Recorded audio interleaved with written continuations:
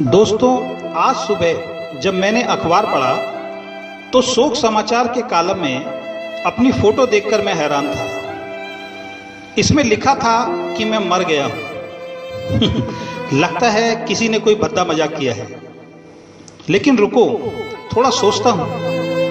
अरे हाँ, पिछली रात को ही मेरे सीने में बहुत तेज दर्द हुआ था। मैं पसीने से तरबतर हो गया था और उसके बाद मुझे कुछ याद नहीं। हाँ, शायद मैं गहरी नींद में सो गया था। अरे सुबह के 8 बज गए हैं। लगता है आज ऑफिस में फिर लेट हो जाऊंगा। आज फिर चिड़चिड़े बॉस का भाषण सुनना पड़ेगा। पर यह क्या, मेरे ड्राइंग रूम में से इतने लोगों की आवाजें क्यों आ रही हैं? अरे यहां तो बहुत भीड़ है। ये सब लोग रो क्यों रहे हैं? ये क्या, मेरा शरीर सफेद कपड़ों में लिपटा जमीन पर क्यों पड़ा है? मैं यहां हूं, मैं चिल्लाता हूं, कोई इधर देखो, देखो मैं इधर हूं। पर यह क्या, कोई ध्यान क्यों नहीं दे रहा? ना ही कोई मेरी आवाज सुन पा रहा है। हर कोई बस रोती हुई आंखों से मेरे शरीर को देख रहा है। मैं अपने कमरे में वापस आ जाता हूं। बाहर कोहराम मचा हुआ है। ये क्या, मेरी बीवी रो रही है?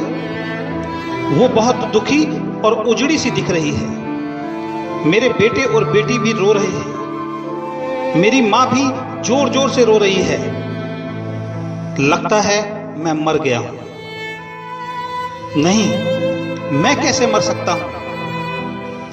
अपनी बेटी और बेटे से ये कहे बगैर कि मैं उनसे बहुत प्यार करता हूं और मैं उनका बहुत ख्याल रखता हूं। मैं कैसे मर सकता हूं अपनी बीवी से ये कहे बगैर कि वो दुनिया की सबसे खूबसूरत और ख्याल रखने वाली बीवी है? कैसे मर सकता हूं मां बाप से ये कहे बगैर कि वो हैं तो मैं हूं?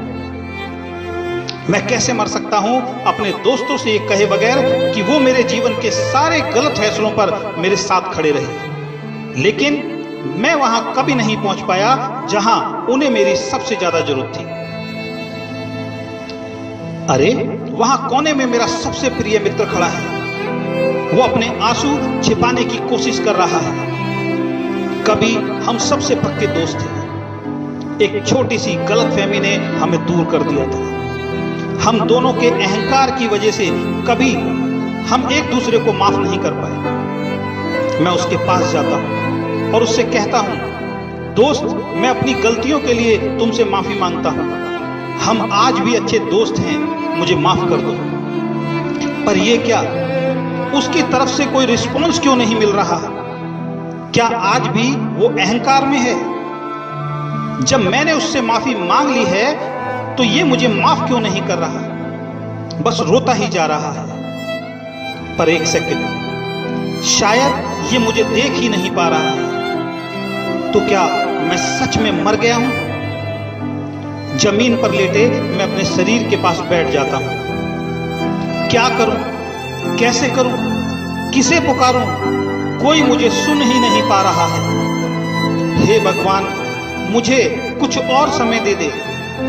मैं अपने बच्चों, बीवी, माँ बाप, दोस्तों को यह बताना चाहता हूं कि मैं इन सबको बहुत प्यार करता हूं। मेरी बीवी कमरे में आती है।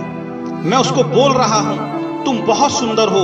मैं प्यार से बार बार दोहराता हूं, वो मुझे सुन ही नहीं पा रही है। सच ये है कि जीवन में उसने ये शब्द मेरे मुंह से कभी सुने ही नहीं, क्योंकि मैंने कभी उससे ये कहे ही नहीं।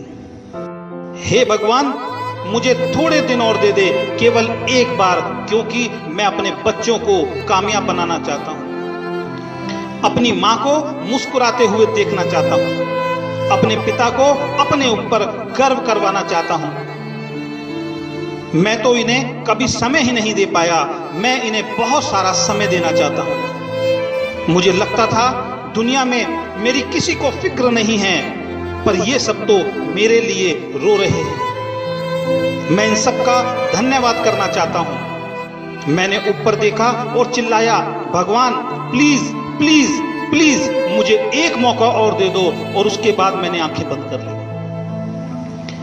तभी मुझे किसी ने कंधा पकड़कर हिलाया।